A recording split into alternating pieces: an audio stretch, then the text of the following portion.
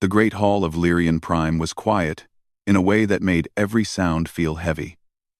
The soft glow of alien lights reflected off tall crystal walls, and long banners floated gently in the air, without wind. Delegates from dozens of worlds sat in curved rows, watching, waiting, judging. At the center of it all stood a single human. Ethan Hale kept his hands steady at his sides, even though his heart was beating fast. He had trained for moments like this his whole life. As a diplomat for Earth, he had spoken in rooms filled with tension, faced leaders who could crush him with a word, and negotiated peace where war seemed certain. Still, this place felt different.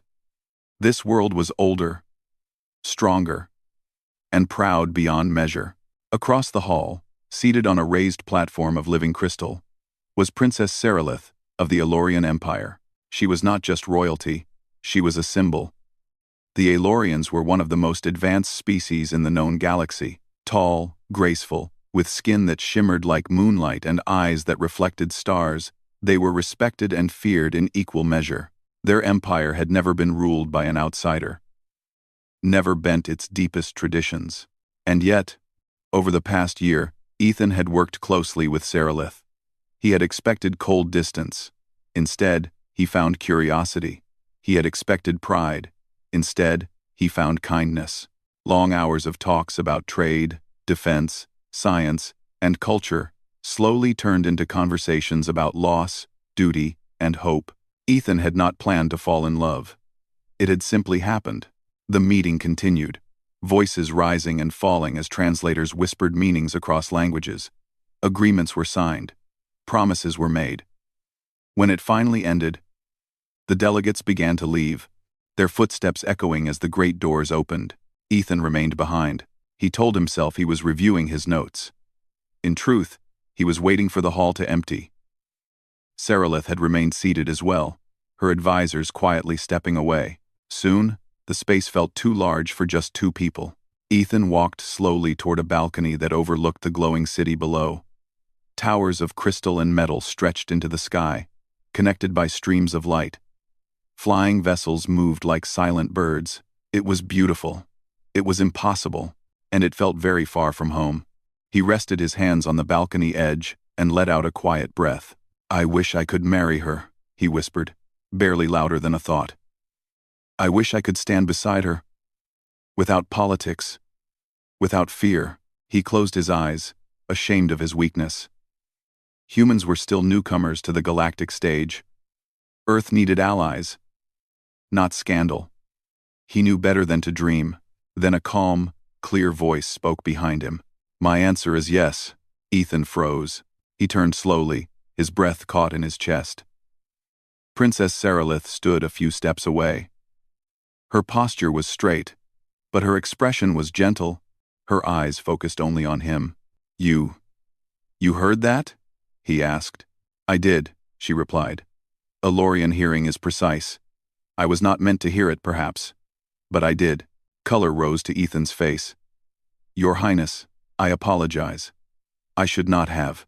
"You spoke honestly," she said, lifting a hand slightly. "That is rare in this hall. Please do not regret it." Quote, silence filled the space between them. The city lights below seemed to pulse softly, like a living heart. "You said yes," Ethan finally said, unsure if he was dreaming.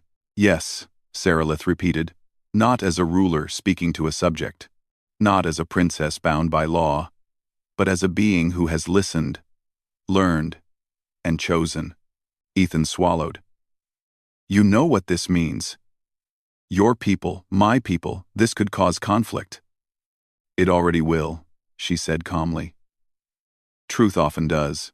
Before Ethan could respond, the doors to the hall opened again. A group of Elorian elders entered, their long robes flowing, their faces stern. They had heard the echo of her words through the chamber's sound fields. "The princess speaks lightly of impossible things," one elder said, his voice sharp. "A union with a human is unthinkable." Serelith turned to face them, her presence suddenly commanding. "Unthinkable does not mean unworthy." Another elder's eyes narrowed. "Humans are fragile, short-lived. Their kind has only recently reached the stars. Ethan stepped forward before fear could stop him. That is true, he said evenly. We are young. We make mistakes. But we learn. We adapt. And when we promise something, we fight to keep it. Murmurs spread among the elders. Sarilith looked at Ethan, and for a moment, something warm passed between them. Trust. This human stood between my world and war, she said. He chose peace when force would have earned him praise. He saved lives during the border crisis, risking his own without command or reward. The elders were silent now, listening whether they wanted to or not. One whisper does not change an empire, the first elder said. But it may test it. One. The elders turned and left without another word. The doors closed behind them with a deep sound that echoed like a warning. Ethan let out a slow breath. I didn't mean to cause trouble. Sarilith smiled faintly. You caused truth. Trouble follows truth. But so does change. She stepped closer to the balcony, standing beside him now. From a distance, they must have looked strange together, a human, in a simple dark uniform. An alien princess glowing softly under the stars. Our worlds are different, she said quietly. But difference is not a wall. It is a bridge, if one chooses to cross. Ethan looked out at the city again. For the first time since leaving Earth, he felt something more than duty pulling him forward. I don't know how this will end, he admitted. Neither do I, Sarilith replied. But I know this, whatever comes, we face it openly. Far below, the lights of Lyrian Prime continued to shine. Above them, distant stars watched silently, and somewhere in the vast galaxy, the first whisper of an impossible union began to spread. The news did not stay inside the crystal walls of the Great Hall for long. Within hours, it spread through Lyrian Prime, carried by quiet messengers and glowing data streams. By the next cycle, the entire Aelorian Empire knew that their princess had spoken words that shook tradition. A human had whispered a wish, and the princess had answered, yes. Ethan Hale was moved to a secure guest residence near the diplomatic quarter. It was comfortable, but he felt the invisible weight of attention pressing in from every side. Guards stood outside at all times, not to threaten him, but to protect him. That alone told him how serious the situation had become. On Earth, reactions were mixed. Some leaders saw opportunity, others saw danger. Messages arrived every hour, asking Ethan to explain, to clarify, to deny if possible. He answered carefully. Always honest. Never dramatic. He knew every word mattered now. Princess Sarilith faced a heavier burden. Inside the royal council chamber, she stood alone, before a half-circle of elders, commanders, and scholars. Their faces were calm, but their thoughts were sharp. You place the Empire at risk, one commander said. Other powers will see weakness. Sarilith did not raise her voice. They will see choice. That is different. Ah. They see. They will see. They will see choice. An elder stepped forward. Our laws are clear. Royal bonds exist to protect stability. And yet, Sarilith replied, those same laws were written to protect our people, not to cage them. The room fell silent. Some looked away. Others watched her closely, measuring her resolve. Outside the chamber, Ethan waited with his human escort.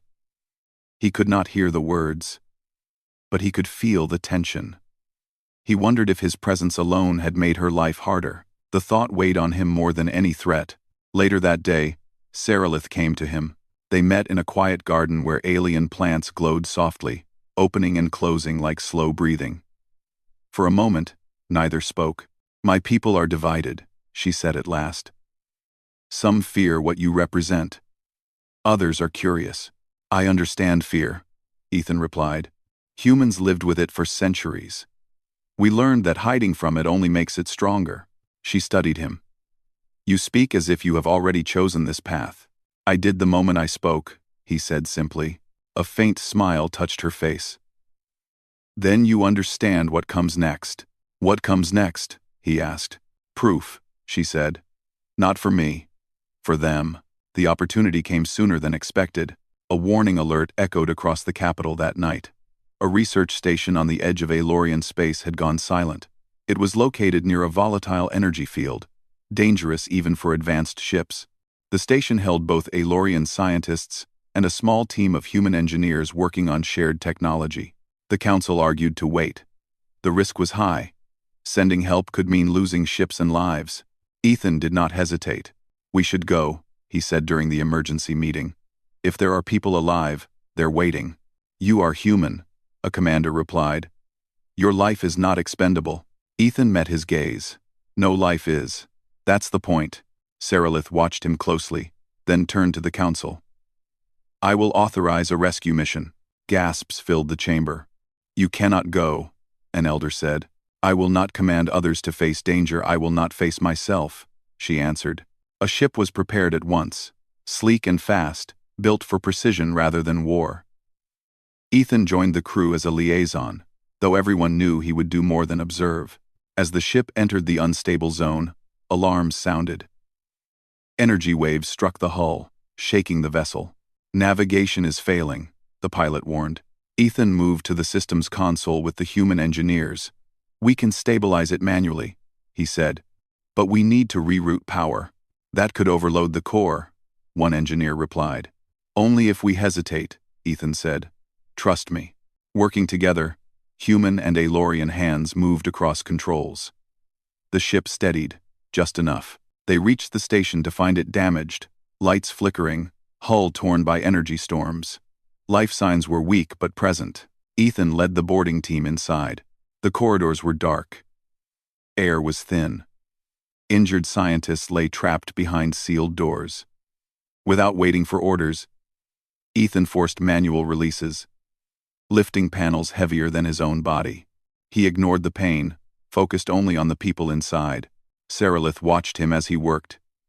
His uniform torn, hands bleeding, but his eyes steady. She saw not weakness, but determination. When a secondary explosion rocked the station, a support beam collapsed. Ethan pushed an Aelorian scientist clear just as debris fell, trapping his own leg. The pain was sharp, but he did not cry out. "Leave me," he said calmly. "Get them out." "We do not leave allies," Sarilith said, kneeling beside him. Together, they freed him. The last shuttle departed moments before the station collapsed into the energy field. Back on Lyrian Prime, the rescue spread through the media. Images of a human carrying alien children, of engineers working side by side, of the princess standing shoulder to shoulder with a man who refused to quit. Public opinion began to shift. In the council chamber days later, the elders spoke again. "The human acted without regard for his own safety," one said. "He endangered himself," another added. Sarilith answered calmly. "He valued lives other than his own." "That is not danger. That is leadership." Silence followed. Ethan stood beside her, feeling the weight of countless eyes. He did not speak. He did not need to. The Empire was watching humanity not through history or rumor, but through action, and slowly, the idea that once seemed impossible no longer felt unthinkable. But in the shadows beyond the council lights, not everyone was convinced. Some saw unity. Others saw threat, and they were already planning their next move. The calm that followed the rescue did not last long. Across the Aelorian Empire, voices grew louder. Some praised the human for his courage. Others warned that emotion was clouding judgment. Tradition, they said, was being pushed aside too quickly. Inside the highest chamber of the Empire, the elders gathered once more. The room was older than most cities. Carved from a single piece of crystal that held echoes of past rulers, Princess Sarilith stood in the center, her posture straight, her expression steady. "The matter cannot continue like this," one elder said. "The Empire demands clarity." Sarilith nodded. "Then give it." Another elder lifted a staff, its surface glowing with ancient symbols. "There is an old law, rarely used, but still binding." Ethan stood beside her, feeling the weight of the moment. He had been briefed on many Aelorian customs, but not this. "The trial of worth," the elder continued. If an outsider seeks bond with the royal line, they must prove they are not a danger to the people, not by blood, not by power, but by choice. Ethan felt every eye turn toward him. Seralith spoke before anyone else could. And if he succeeds, then tradition must accept what the people have begun to see.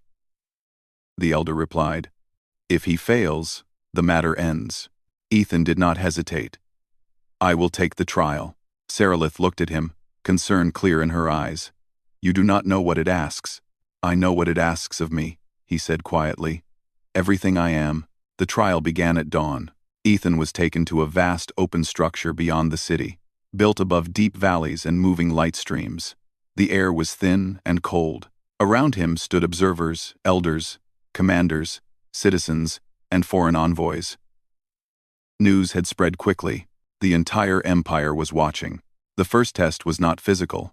Ethan was led into a chamber filled with light screens, showing moments of human history. Wars, failures, triumphs, mistakes. A voice filled the room. Explain your kind. Ethan stood still. We are flawed, he said. We fight. We fear. We fail. But we learn. Every mistake hurts us. And because it hurts, we change. We do not pretend to be perfect. We choose to be better. The screens faded. The observers whispered. The second test was endurance. Ethan was sent across a moving platform maze high above the valley. The paths shifted without warning. Aelorians were faster, lighter. The course was not built for a human body. Ethan fell twice. Each time, safety fields caught him just before disaster. Pain ran through his legs. His lungs burned. But he stood again.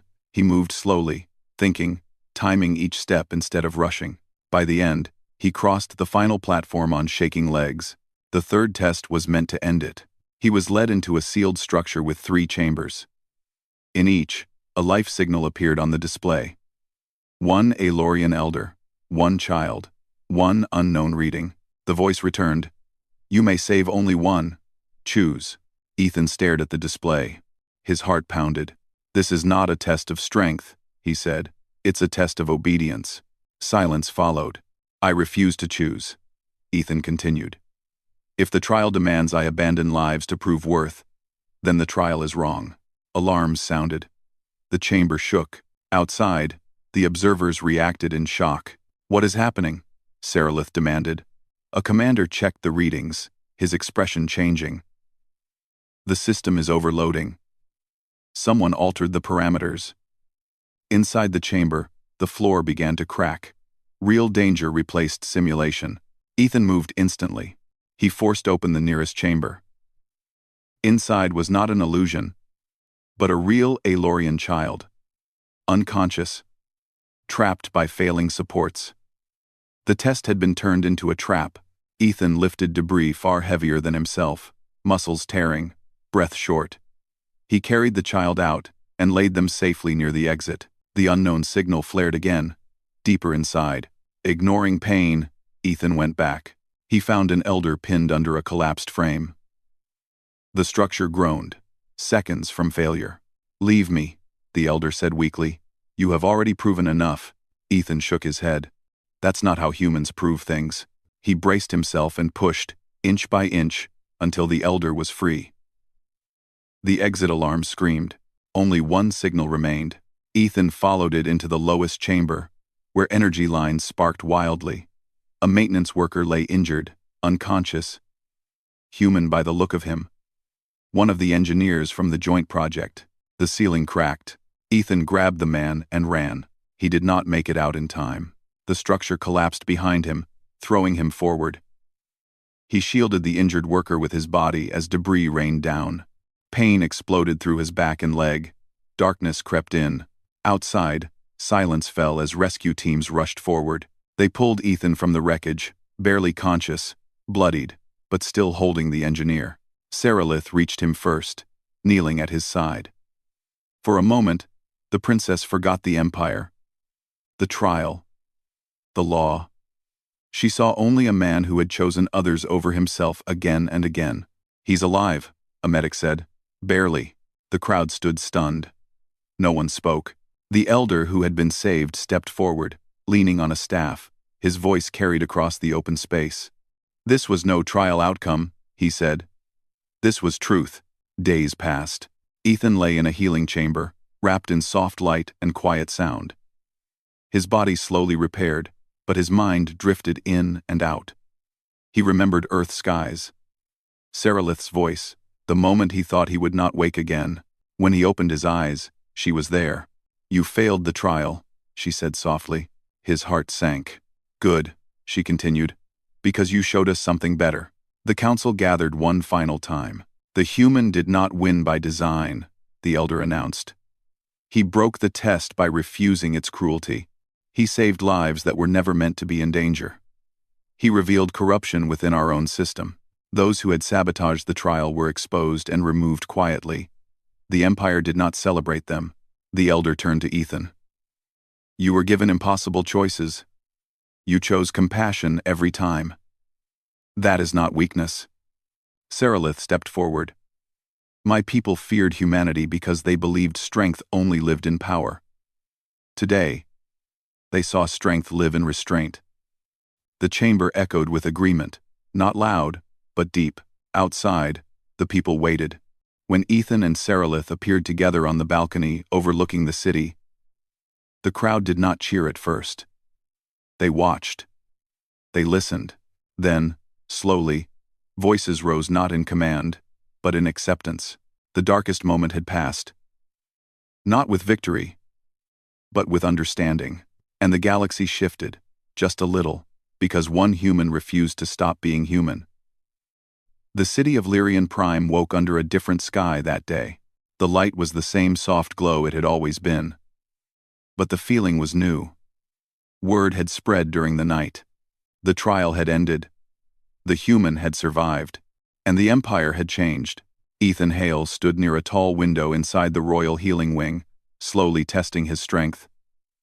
His body still ached. But the pain no longer ruled him. Aelorian medical science had done what it could, but recovery still required patience. That was something humans understood well. Outside the window, he could see people gathering in the open plazas below. Not soldiers. Not guards. Just citizens. They waited quietly. Looking up toward the palace, Seralith entered the room without announcement. She moved more slowly than usual, not from weakness, but from thought. When Ethan turned and saw her, he smiled. You should be resting, she said. So should you, he replied. She stepped closer. The council has reached its final decision. Ethan nodded. He had expected this moment, yet his chest felt tight. And they have accepted the truth, she said. Not easily, not perfectly, but fully.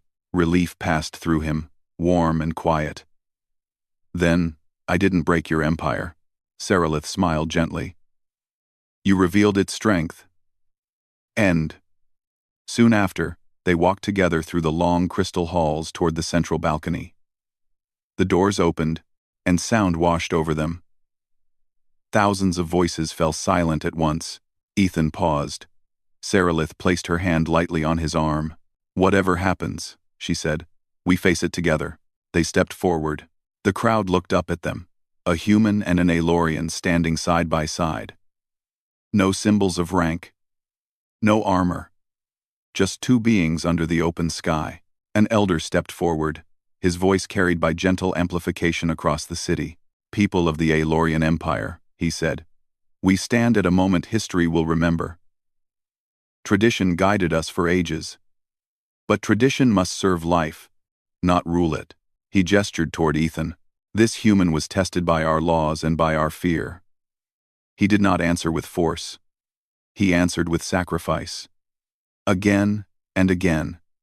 He chose others over himself. The elder turned to Seralith. Our princess chose honesty over safety. Compassion over silence. A pause followed, heavy and real. Therefore, the elder continued, by the authority of the council and the will of the people, this union is recognized. For a heartbeat, the city was silent. Then the sound rose. Not a shout, not a cheer. Something deeper, acceptance spreading like a tide. Ethan felt his breath leave him slowly. He had faced danger before, but this felt larger than any battlefield. He was not winning. He was being trusted. Seralith spoke next, her voice calm but strong.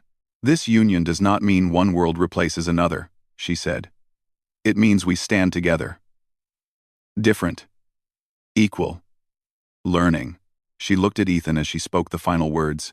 "Let this be known not as the moment an empire bent, but as the moment it opened."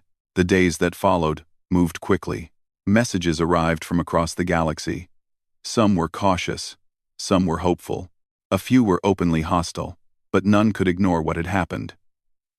The Aelorian Empire, once distant and unchanging, had chosen unity over isolation. On Earth, the response was just as strong. Crowds gathered in cities, watching transmissions of the announcement. Some people doubted. Others felt pride they had never known. Humanity had not conquered a star empire.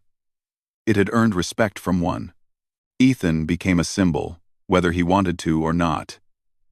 He tried to remind everyone that he was only one man, shaped by millions who came before him. He spoke often of Earth's mistakes as much as its strengths. Seralith stood beside him through it all, never above, never behind. The union ceremony was simple. No massive fleets. No display of power. Just a gathering beneath the open sky of Lyrian Prime, where crystal trees glowed softly and the stars were clearly visible. Representatives from many worlds attended, watching closely. Ethan wore a simple human formal uniform. Seralith wore traditional Aelorian attire, light and flowing, marked with symbols not of rule, but of service.